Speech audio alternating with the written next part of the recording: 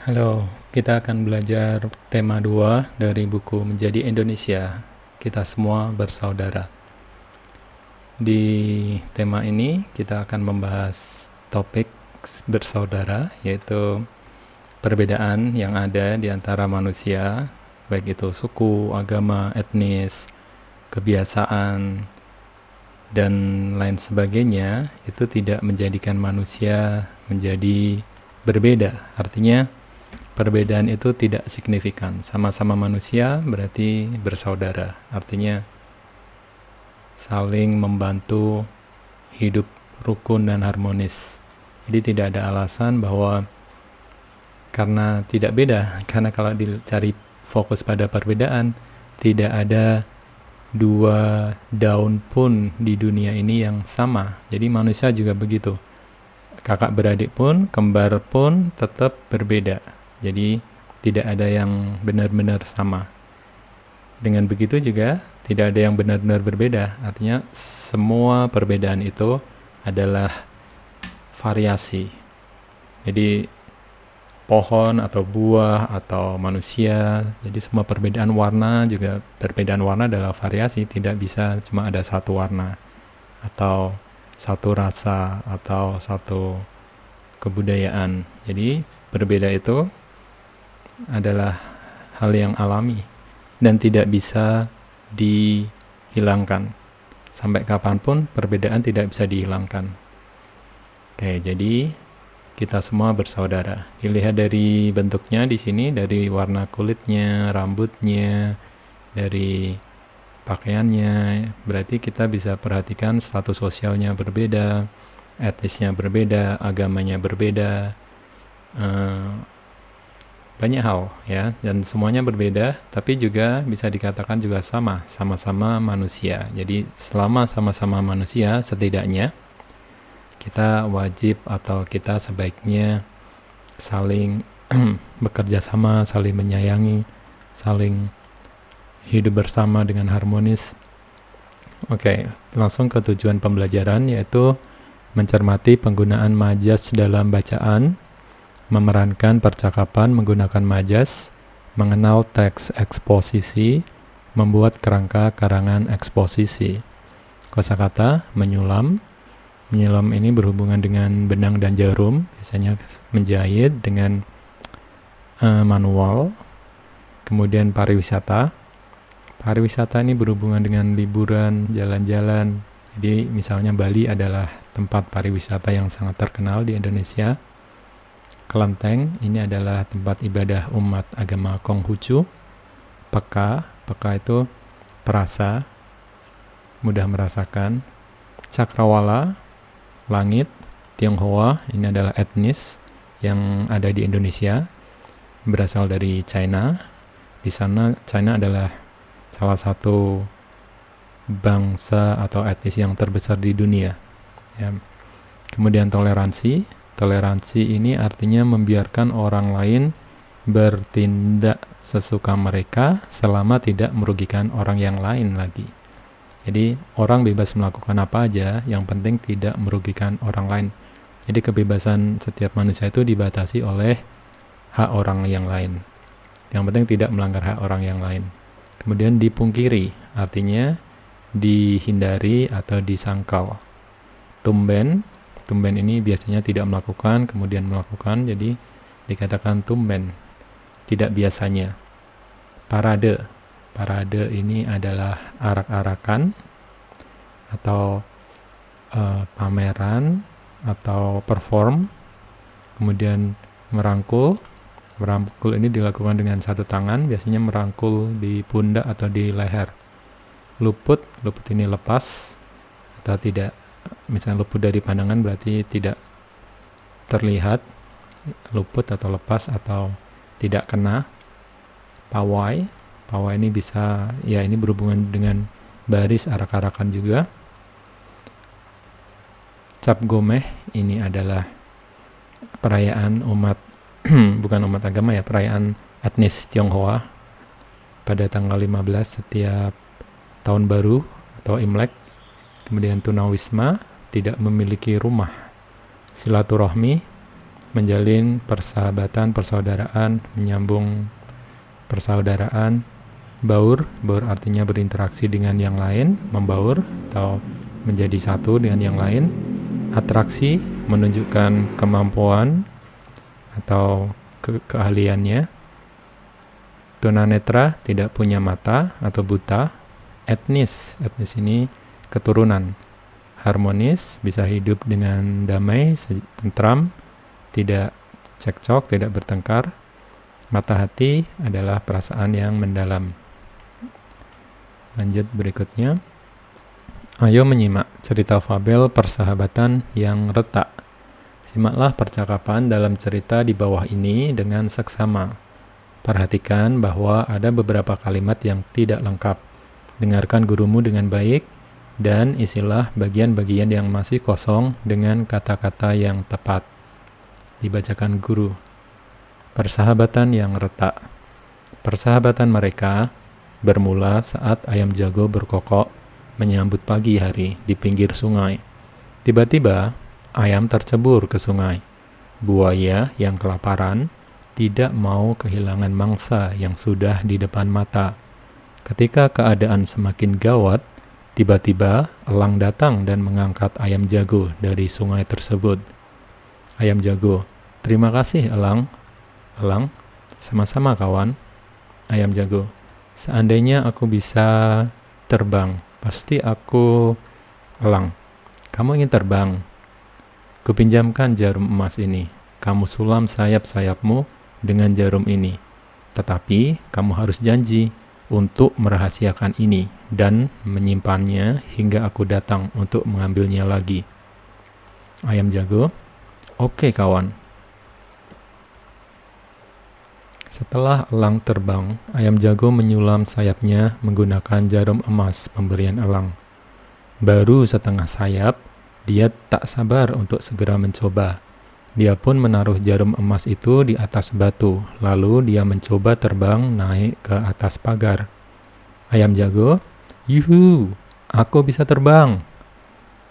Teriakan bahagia ayam jago memecah cakrawala, memancing rasa penasaran ayam betina. Ayam betina, hai ayam jago, bagaimana kau bisa naik setinggi itu? Ayam jago, aku menyulam sayapku dengan jarum emas. Ayam betina, apakah aku boleh pinjam? Ayam jago, ambillah jarum emas di atas batu di sebelahmu. Ayam betina pun segera menyulam sayapnya menggunakan jarum emas itu hingga bisa terbang. Mereka ingin melanjutkan menyulam, tetapi jarum emas hilang entah kemana. Detak jantung ayam jago berlari kencang saat tahu jarum emas hilang. Ayam jago, wah gawat, elang bisa marah besar. Kau taruh di mana jarum emas itu? Ayam betina, aku lupa di mana aku taruh tadi. Mereka pun membanting tulang dari pagi hingga malam mencari jarum emas. Mereka mencakar-cakar tanah, berharap jarum itu dapat mereka temukan.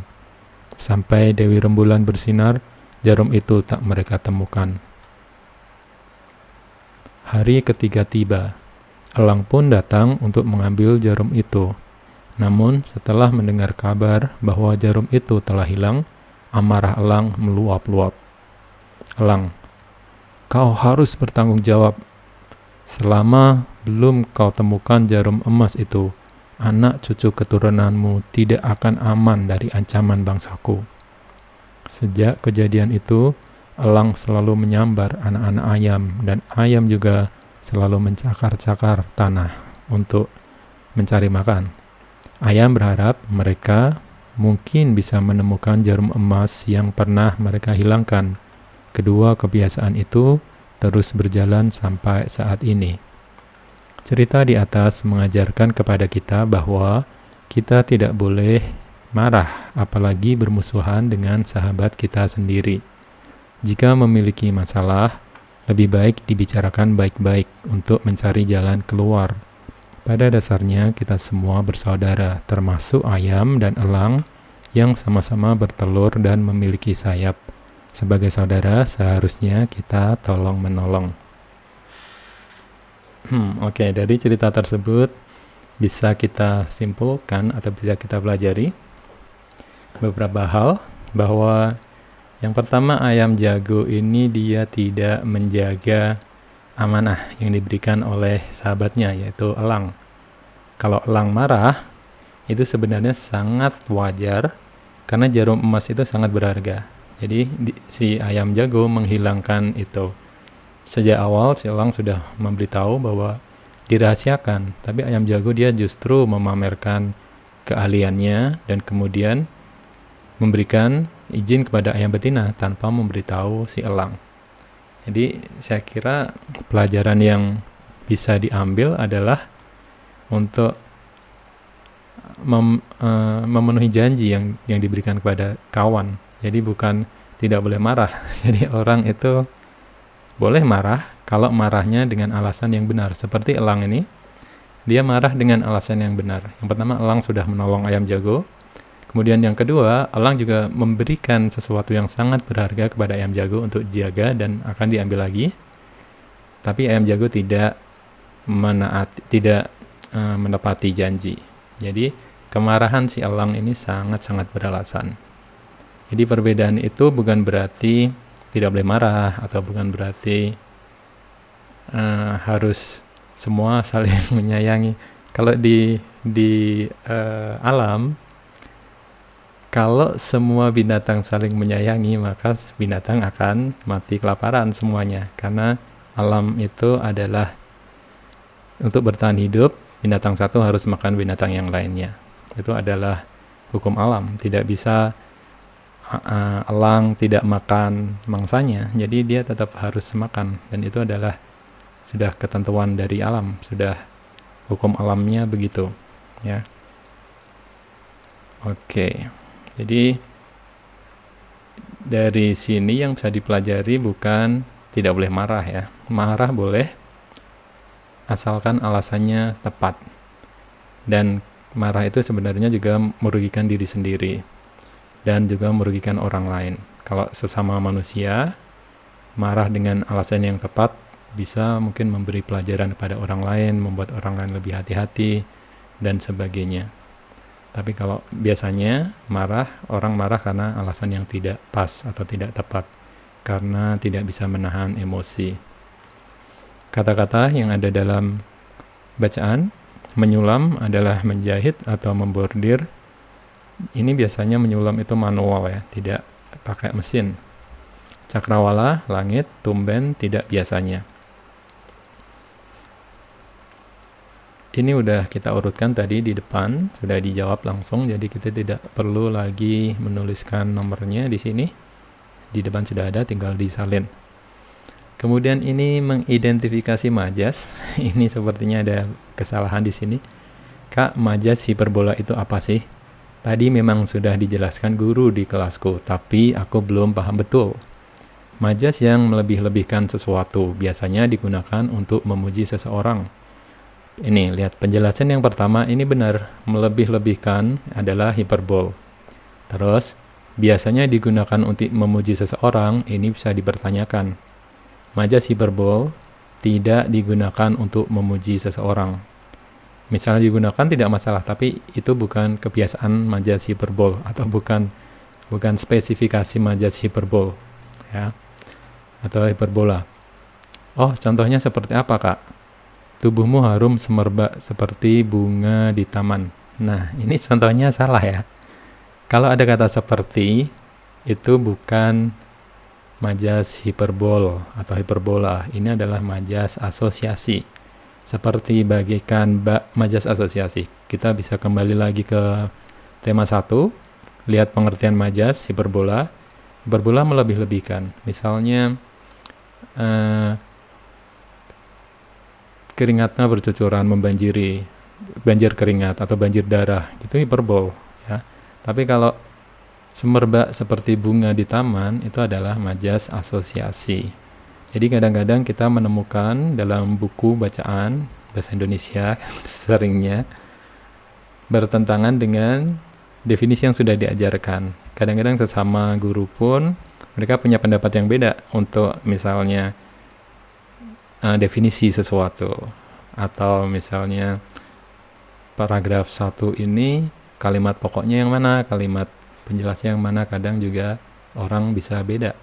Oke, karena itu pemahaman masing-masing. Tidak ada yang baku, karena penulis itu tidak, ini kalimat pikiran utama, ini pikiran penjelas. Pikiran utamanya ada di atas, atau di tengah, atau di belakang. Itu sebenarnya juga tidak begitu relevan ya. Oke, setiap orang mungkin bisa punya pendapat yang beda. Jadi susah mendapat nilai 100 untuk bahasa Indonesia. Tidak seperti matematika yang jawabannya pasti dan semua orang akan punya jawaban yang sama. Kalau ini majas ini, pengertiannya benar, melebih-lebihkan. Penggunaannya tidak tepat kalau digunakan untuk memuji seseorang, karena ini kebanyakan digunakan untuk cari perhatian. Contohnya di tajuk-tajuk, di berita, atau di judul YouTube. Dia menggunakan majas hiperbola untuk menarik perhatian audience. Kemudian kalau di sini tubuhmu harum semerbak seperti bunga di taman, ini asosiasi. Meskipun asosiasinya juga dimaksudkan berlebihan, cuma dengan adanya kata seperti, maka majas ini menjadi majas asosiasi. Dan ini tubuhmu harum semerbak seperti bunga di taman, ini pun tidak perlu hiperbol, karena kalau orang pakai parfum, dia lebih semerbak dari bunga di taman. Itu tidak hiperbol, itu benar ya. Bunga di taman justru tidak seharum parfum yang dipakai oleh tubuh yang berbau wangi itu. Oke, terima kasih Kak Tumben, kakak memujiku. Nah, itu contoh majas hiperbola Nesya. Tadi kan kamu minta contohnya. Itu contoh yang salah. Oh iya, aku kira kakak memujiku. Kepalaku jadi terasa sakit seperti mau pecah. Ini seperti mau pecah. Ada kata seperti lagi. Ini adalah asosiasi, ya. Kalau dia bilang kepalaku pecah, itu baru hiperbol ya. Langsung aja, tidak pakai kata seperti. Jadi mengumpamakan dua hal yang berbeda, jadi dengan langsung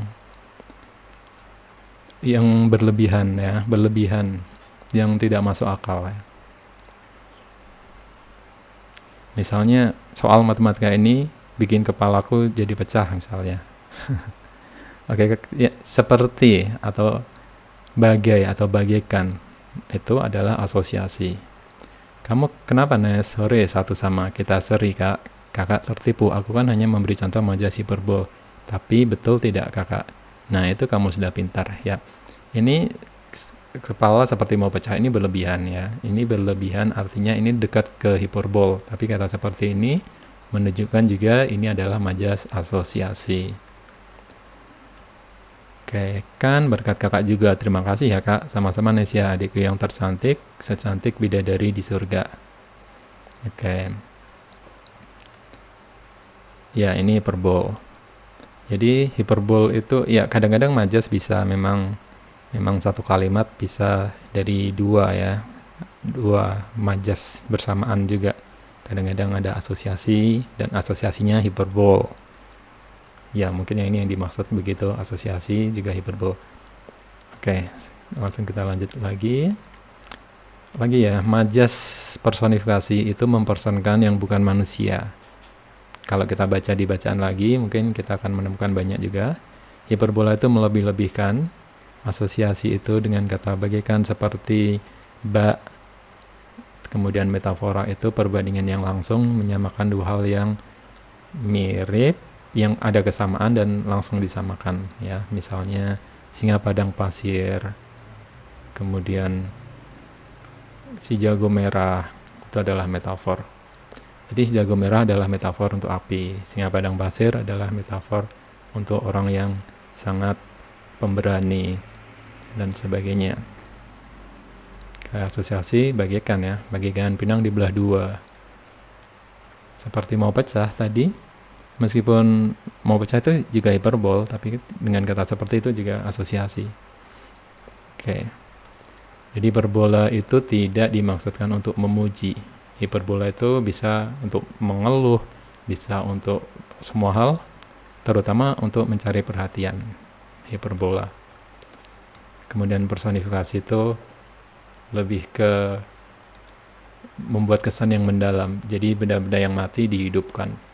seolah-olah seperti manusia atau bersifat seperti manusia. Ayo bicara. Bermain peran. Buatlah kelompok beranggotakan 4 murid. Setiap anggota kelompok memilih peran yang ada di cerita persahabatan yang retak.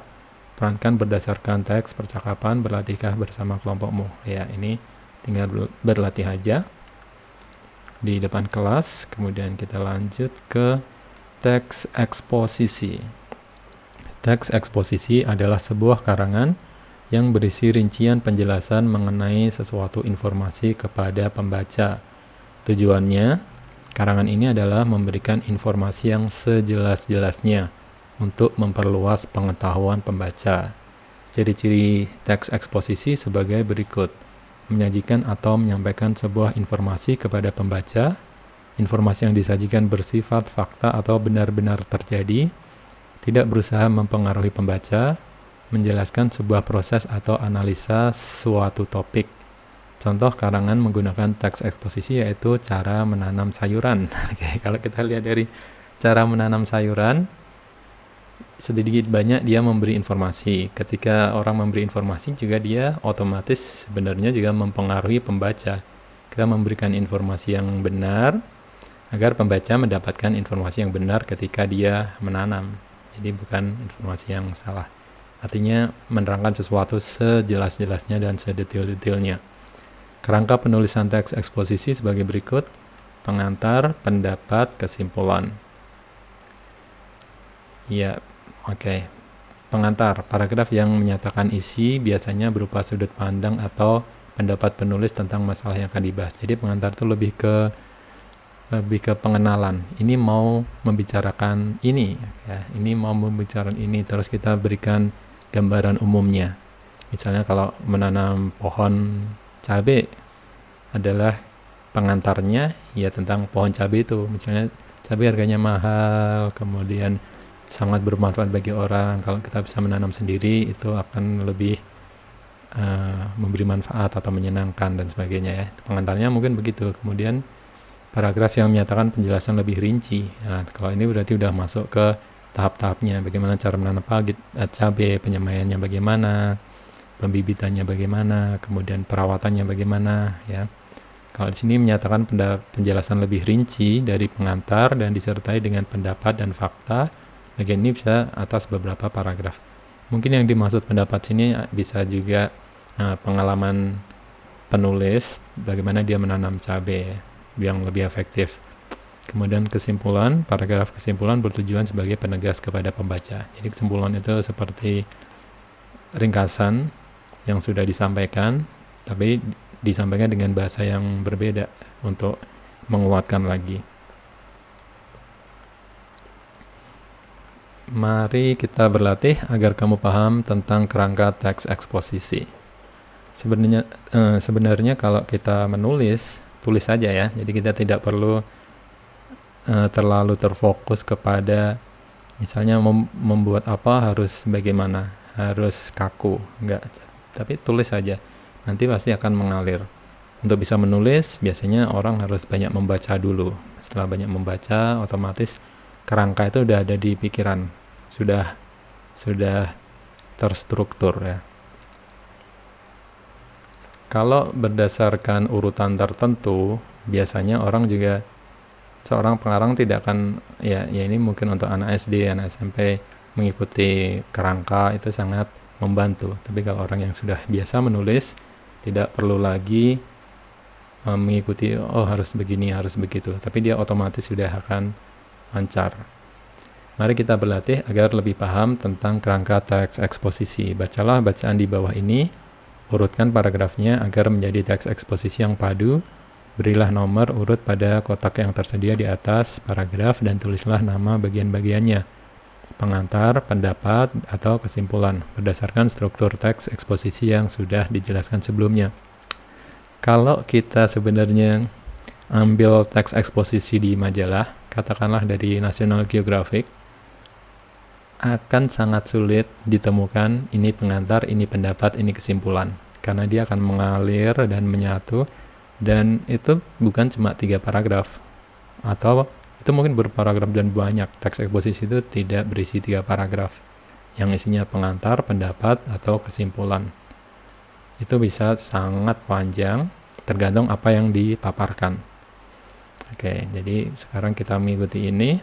Ada pengantar, pendapat, dan kesimpulan. Pengantar itu bersifat umum, ya. Kesimpulan itu bersifat ringkasan, meringkas. Oke, di sini ada 1, 2, 3. Ada 3 ya, coba kita lihat yang pengantarnya yang mana. Pawai Tatung merupakan pesta rakyat terbesar di Singkawang. Pawai Tatung yang menggambarkan keberagaman etnis dan agama di Indonesia menandakan bahwa kita semua bersaudara. Bahkan keberagaman tersebut memiliki daya tarik tersendiri bagi pariwisata Indonesia.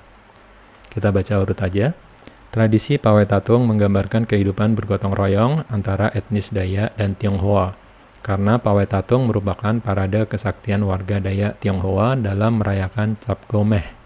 Atraksi ini mengikuti tradisi Tionghoa yang berbaur dengan budaya lokal, yaitu etnis Dayak. Kota Singkawang di Kalimantan Barat merupakan salah satu bukti nyata keberagaman di Indonesia. Keberagaman itu dapat dilihat dari perbauran penduduk asli, yakni etnis Dayak dan etnis Tionghoa, yang sudah lama tinggal di sana. Selain etnis, keberagaman agama juga terdapat di sana, seperti Islam, Katolik, Protestan, Buddha, Konghucu, Hindu. Namun, warga Singkawang dapat hidup berdampingan dengan damai dan harmonis. Bahkan, hidup bergotong royong, hal itu karena mereka bersaudara sebagai warga negara Indonesia. Oke, jadi ini teks yang lebih umum biasanya adalah sebagai pengantar, ya. Jadi di sini pengantarnya teks yang paling umum. Kota Singkawang di Kalimantan ini adalah pengenalan dulu. Karena kita akan membicarakan sesuatu yang lebih khusus, kita pertama pengenalannya adalah sesuatu yang lebih umum di Singkawang. Habis itu kita akan bicara tentang satu aspek dari kota Singkawang, yaitu tradisi Pawai Tatung. Jadi pengantarnya adalah yang paling ini, yang kota Singkawang di Kalimantan Barat. Oke. Kemudian di sini ada 2 teks ini, yang mana pendapat, mana kesimpulan. Tradisi Pawai Tatung menggambarkan kehidupan gotong royong antara etnis Dayak dan Tionghoa karena Pawai Tatung merupakan parade kesaktian warga. Ya, ini pendapat ya. Kemudian kesimpulannya yang ini, Pawai Tatung merupakan pesta rakyat terbesar di Singkawang. Pawai Tatung yang menggambarkan keberagaman teknis Indonesia menandakan ya ini kita ulangi lagi dari pengantar tadi, keberagaman lagi dengan kalimat yang berbeda. Ini adalah kesimpulannya. Oke. Di sini masih ada satu lagi. Karena mayoritas penduduknya Tionghoa yang beragama Konghucu, Singkawang terkenal sebagai kota 1000 kelenteng. Selain itu, ternyata Singkawang masih menyimpan sebuah tradisi ekstrim. Tradisi ini namanya Pawai Tatung. Pawai Tatung merupakan sebuah tradisi, ya ini adalah pendapat. Pawai Tatung merupakan sebuah tradisi menusuk badan dengan benda tajam. Tradisi itu biasanya diadakan menjelang perayaan festival Cap Gomeh dari hari ke-15 setelah tahun baru Imlek. Ya, di sini ada kata kelenteng. Kelenteng itu umat Konghucu ya, tempat ibadah umat Konghucu. Kamus kecil, pawai, iring-iringan orang, mobil dan sebagainya. Baur, campur. Etnis adalah suku. Etnis ini lebih ke keturunan ya. Jadi bukan, kadang-kadang ya mungkin sama ya, etnis, suku atau keturunan. Pariwisata yang berhubungan dengan liburan atau rekreasi. Tionghoa, istilah untuk orang atau bangsa yang berasal dari Tiongkok. Kemudian parade, hiburan berbentuk drama pendek yang ditampilkan di luar gedung, dapat disaksikan penonton yang melintas. Cap Gomeh, hari ke-15 perayaan tahun baru Imlek. Atraksi, pertunjukan, harmonis, serasi tidak saling bertentangan. Kelenteng, bangunan tempat memuja, berdoa, bersembahyang, dan melakukan upacara keagamaan bagi umat Konghucu.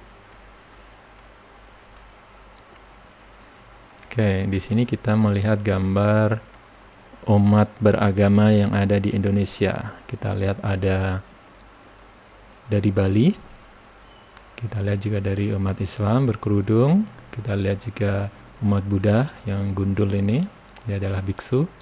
Kita lihat juga ada pakaian cipao, warna merah ini adalah barangkali Konghucu. Karena sebenarnya agama tidak, ya mungkin identik dengan pakaian, tapi tidak selalu. Karena pakaian cipao ini bisa aja agama Islam pakai cipao, bisa juga agama Kristen pakai pakaian tradisional. Ini adalah pakaian tradisional ya. Kemudian yang ini mungkin Kristen, yang ini mungkin Katolik, suster. Oke. Indonesia memiliki keberagaman suku, agama, budaya, dan bahasa daerah. Keberagaman itu merupakan warisan terbesar Indonesia. Karena mengakui keberagaman, kita tidak ada yang tunggal di negara ini, termasuk dalam hal agama. Jadi berbeda-beda tetapi tetap satu ya. Bhinneka Tunggal Ika itu artinya semuanya berbeda tapi tetap satu bangsa Indonesia. Meski Indonesia berkembang menjadi negara dengan penduduk muslim terbesar di dunia, Indonesia bukanlah negara Islam. Indonesia menegaskan dirinya sebagai negara beragama yang mengakui agama Islam, Katolik, Protestan, Hindu, Buddha, Konghucu, dan aliran kepercayaan sebagai agama yang bisa diyakini seluruh warga negara Indonesia. Jadi Indonesia itu meyakini semua agama yang ada di Indonesia. Meskipun begitu dulu mungkin ada diskriminasi ya. Diskriminasi kalau mayoritas diutamakan, terus agama minoritas seperti Imlek dulu tidak boleh dirayakan. Tapi setelah Presiden Abdurrahman Wahid, maka Imlek bebas dirayakan dan tidak ada diskriminasi lagi. Kemudian kita lanjut ke berikutnya. Sudah sepatutnya kita menjunjung tinggi nilai-nilai toleransi antar umat beragama, sehingga tercipta kehidupan yang damai dan harmonis. Dengan demikian, semua warga negara Indonesia bersaudara. Selainnya seorang saudara, kita harus mau merangkul mereka yang kehidupannya kurang beruntung, seperti bersedekah kepada anak yatim piatu, anak jalanan, tunawisma, tunanetra, serta membantu teman yang sedang mengalami musibah. Oleh sebab itu, mata hati kita harus benar-benar terbuka untuk bisa melihat lebih peka lagi terhadap lingkungan di sekitar. Tak bisa dipungkiri, kadang-kadang kita bangga dengan kelebihan yang kita miliki tanpa menyadari ada tetangga kita yang sedang mengalami musibah atau sedang kesulitan dan luput dari pandangan kita. Ya, kalau kita orang yang mampu, maka sebaiknya kita membantu yang kurang mampu. Tapi itu pun sebenarnya opsional ya, pilihan. Jadi ya orang boleh memilih untuk melakukan apa aja. Itu disebut toleransi. Mau bantu atau tidak bantu, dia tidak bisa dipaksa karena itu toleransi, itu kesadaran sendiri. Kemudian berikutnya, meskipun tentu saja dianjurkan untuk membantu biar tercapai kehidupan yang harmonis, karena pada akhirnya kalau ada orang yang kaya dan dia tidak mau membantu, maka dia juga tidak aman kan, karena dia akan jadi incaran ya, misalnya pencuri, perampok dan sebagainya. Tapi kalau dia orang kaya tapi banyak membantu masyarakat, maka dia juga akan aman, akan dapat dihormati, posisinya juga baik di masyarakat. Oke, dan masyarakat pun bisa hidup lebih harmonis. Di samping itu, kita perlu juga turun ke lapangan secara langsung untuk melihat keadaan masyarakat yang sebenarnya. Turun ke lapangan, ya ini mungkin yang dimaksud pejabat atau orang yang punya wewenang tertentu ya, karena setiap orang kalau bisa membantu ya bantu aja. Jadi istilah turun ke lapangan biasanya sih digunakan untuk para pejabat. Dia nggak cuma ada di kantor, tapi ke lapangan melihat apa yang terjadi di masyarakat. Banyak manfaat yang bisa kita peroleh dengan melakukan hal itu, silaturahmi dengan para tetangga atau mengunjungi pantai sosial dapat membuka mata hati. Kita dapat melihat bahwa di luar sana ada yang lebih kekurangan daripada kita dan membuat kita sadar betapa kita lebih bisa bersyukur atas apa yang kita miliki. Ya. Masyarakat modern terutama karena menggunakan sosial media, maka dia juga sebenarnya udah tahu apa yang terjadi saat ini di mana di semua tempat di seluruh dunia. Jadi kalau orang suka membantu, biasanya juga dia melihat hal-hal yang berhubungan dengan itu. Kalau yang suka melakukan olahraga, yang berhubungan dengan olahraga dan sebagainya. Manusia, kehidupan masyarakat semakin lama akan lebih ke arah individu dengan adanya teknologi, karena keterikatan dengan satu dengan yang lain akan semakin kecil. Artinya orang bisa hidup tanpa sangat terikat dengan masyarakat, terutama di kota. Jadi di kota itu banyak orang yang tidak kenal dengan kiri kanan tetangganya, dan mereka bisa hidup fine. Mereka bisa bekerja sama dengan orang yang tidak dikenal sama sekali dengan baik. Artinya misalnya mereka mau beli apa juga mereka tidak ditipu biasa. Artinya tidak harus silaturahmi semua dikunjungi dan sebagainya. Tergantung kebiasaan setempat. Semakin ke daerah kota, maka orang akan semakin individu. Semakin ke desa, maka silaturahmi atau kerja bakti, terus kehidupan bertetangga itu sangat erat hubungannya ya. Tapi juga ada positif negatifnya. Kalau orang individu biasanya dia juga bisa fokus untuk bekerja. Tapi kalau orang yang di kampung, misalnya setiap hari ada undangan sini ke sana, ada acara rame-rame, kalau nggak ikut nanti dalam tanda kutip juga dikucilkan oleh masyarakat. Dia tidak bisa fokus untuk bekerja setiap hari juga. Harus banyak libur atau waktu kalau malam harus kumpul dengan masyarakat dan sebagainya. Dan itu juga sesuai dengan tradisi di masyarakat masing-masing. Tetapi setiap masyarakat harus toleransi, karena begitu orang punya pandangan yang berbeda, maka dia mengambil sikap dan kebiasaan yang berbeda pula. Satu hal yang dapat kita banggakan adalah bahwa kita dapat hidup bersama dalam masyarakat, berdampingan, saling merangkul, mengingatkan dan menguatkan, karena kita merasa bahwa semuanya adalah saudara. Ya, sebenarnya saudara ini tidak harus sebangsa ya. Sesama manusia harus bersaudara. Sesama manusia itu semuanya bersaudara, tidak ada yang beda. Karena ketika dokter membedah seorang manusia, itu tidak usah diketahui ini darah orang Tionghoa, atau ini darah orang Jawa, atau ini tulang orang Tionghoa. Kalau udah semuanya sama secara biologi, itu tidak ada yang namanya Indonesia, Malaysia, Tionghoa, tidak ada etnis.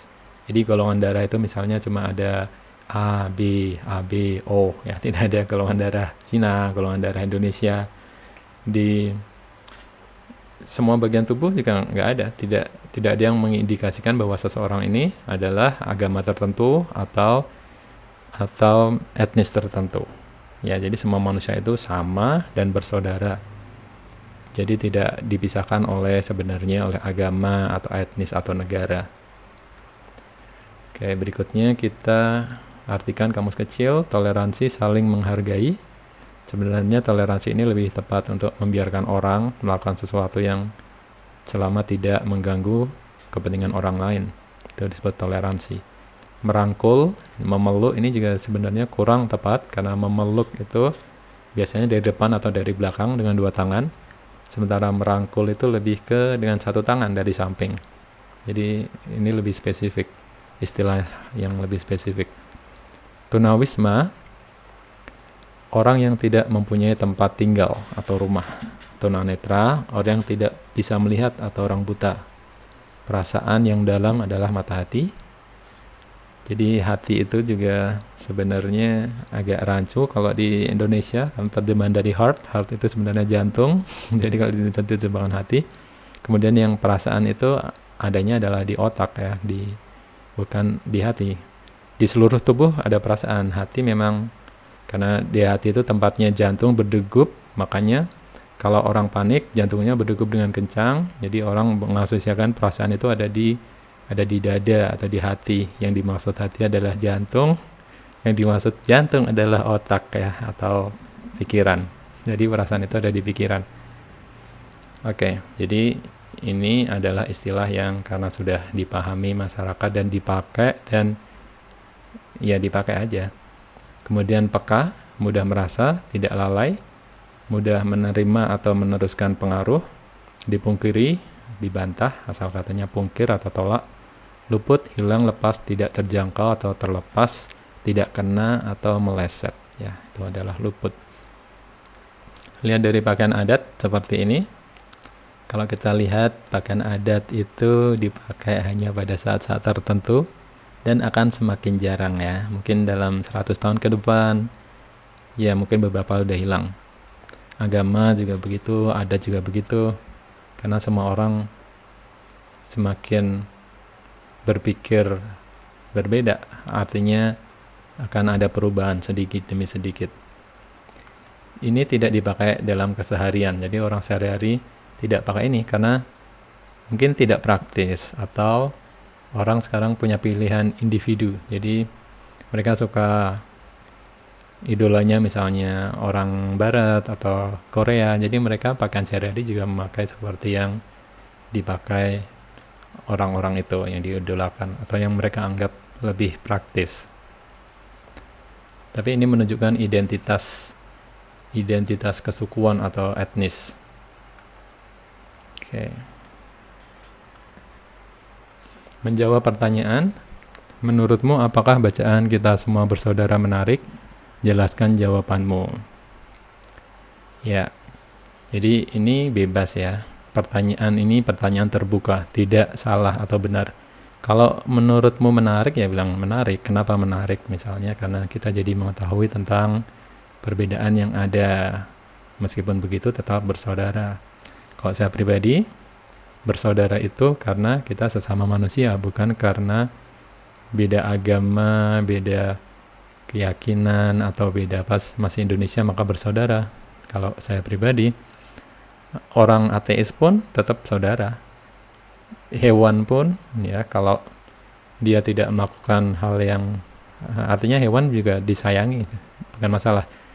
Hari ini atau saat ini, di beberapa tempat di Cina, di Barat, anjing itu dianggap sebagai anggota keluarga, ya. Jadi dia dianggap sebagai anggota keluarga. Jadi kalau di Cina, kalau ditanya berapa anggota keluarga, anjing dihitung. Jadi tidak selalu manusia aja ya. Kadang-kadang hewan juga lebih disayangi daripada orang lain. Seringnya karena dia dianggap keluarga. Dan orang lain itu mungkin dianggap musuh karena beda agama atau beda etnis. Kemudian bagaimana sudut pandang penulis tentang masalah yang dibahas. Jadi sudut pandang penulis itu dia memandang keberagaman sebagai warisan bangsa Indonesia atau kekayaan bangsa Indonesia yang tidak perlu dipermasalahkan. Keragaman apalagi yang terdapat di Indonesia, jelaskan. Sangat banyak ya, nggak bisa disebutkan satu-satu, sangat banyak. Tidak cuma di Indonesia, di semua tempat hal keragaman ini dari semua hal beragam. Kebiasaannya beragam, tari-tarian, misalnya yang bersikap etnis ya, lagu daerah, tari daerah, bahasa, kemudian kepercayaan. Sesama agama pun bisa punya kepercayaan yang beda-beda. Misalnya agama Islam ada yang percaya kejawen, ada yang tidak, ada yang ke arah liberal dan sebagainya, beda-beda. Apa dampak yang dapat terjadi apabila keberagaman di Indonesia tidak dijaga? Kalau keberagaman tidak dijaga, ya terjadi perpecahan. Biasanya kalau orang bertengkar atau beda pendapat, mereka bisa bertengkar kalau tidak toleransi. Tapi selama toleransi, tidak masalah. Perbedaan apapun selama toleransi, maka tidak masalah. Orang bisa aja ateis, Buddha, Hindu, aliran kepercayaan apapun, ya orang yang lain tidak perlu merasa harus dia merasa lebih baik dan misalnya karena merasa agamanya lebih baik, kalau dia ngomong ya dengan agak merendahkan kepercayaan lain, nah itu tidak boleh. Kalau mau begitu pun mungkin dia di kalangannya sendiri, atau misalnya di gereja misalnya, atau di masjid misalnya, yang tidak terdengar oleh agama lain. Karena kalau di umum kayak di sosial media atau di media, maka itu bisa dituntut ya, dituntut perbuatan yang tidak menyenangkan atau pelecehan agama lain dan sebagainya. Apa dampak yang dapat terjadi apabila keragaman di Indonesia tidak dijaga? Dampaknya perpecahan, atau bisa juga selain perpecahan, ya tidak aman, saling menghujat, saling menghina, meskipun tidak berantem, tapi atmosfernya jadi tidak enak, ya. Atau saling mendiamkan. Jelaskan pesan yang kamu tangkap dari teks eksposisi Kita Semua Bersaudara. Pesannya bahwa kita harus menjaga persatuan dan kesatuan. Kita tidak perlu terpecah belah gara-gara kita berbeda. Karena sebenarnya kalau kita mengetahui, pasti semuanya berbeda. Kakak beradik aja berbeda, ya kan? Jangankan orang Papua dan orang Jawa Barat misalnya, beda kulit, beda rambut, beda kepercayaan, beda semuanya. Kakak beradik pun beda. Oke, kalau tidak saling toleransi, maka akan berantem. Kemudian ini membuat karangan, judul pengantar pendapat kesimpulan. Ya, jadi pendapat ini bisa beberapa. Selama itu pendapat, maka itu tidak selalu benar ya. Jadi yang benar adalah fakta, pendapat adalah pandangan pribadi. Setiap orang yang menyampaikan sesuatu itu sebenarnya adalah pendapat. Guru berpendapat, ya, pandangan pribadi. Orang boleh punya pandangan yang berbeda. Oke, kalau pendapatnya sangat logis, biasanya orang juga bisa mengikuti dan bisa menerima. Tapi kalau kadang pendapatnya berbeda, mungkin orang tidak bisa menerima. Kalau orang tidak bisa menerima selama dia toleransi, maka dia juga biarkan aja. Dia akan biarkan orang punya pendapat bahwa misalnya hantu itu ada, tapi dia tidak bisa menerima itu, tapi dia toleransi. Ya udah, biarkan dia percaya gitu. Atau orang berpendapat dewa tertentu itu begini gitu, maka dia biarkan aja, maka tidak terjadi hal yang buruk. Tapi kalau dia coba untuk paksa untuk luruskan yang benar begini, nah itu maka akan terjadi perpecahan. Oke, itu tema 2 sudah selesai. Berikutnya kita akan belajar tema 3 pada pertemuan mendatang.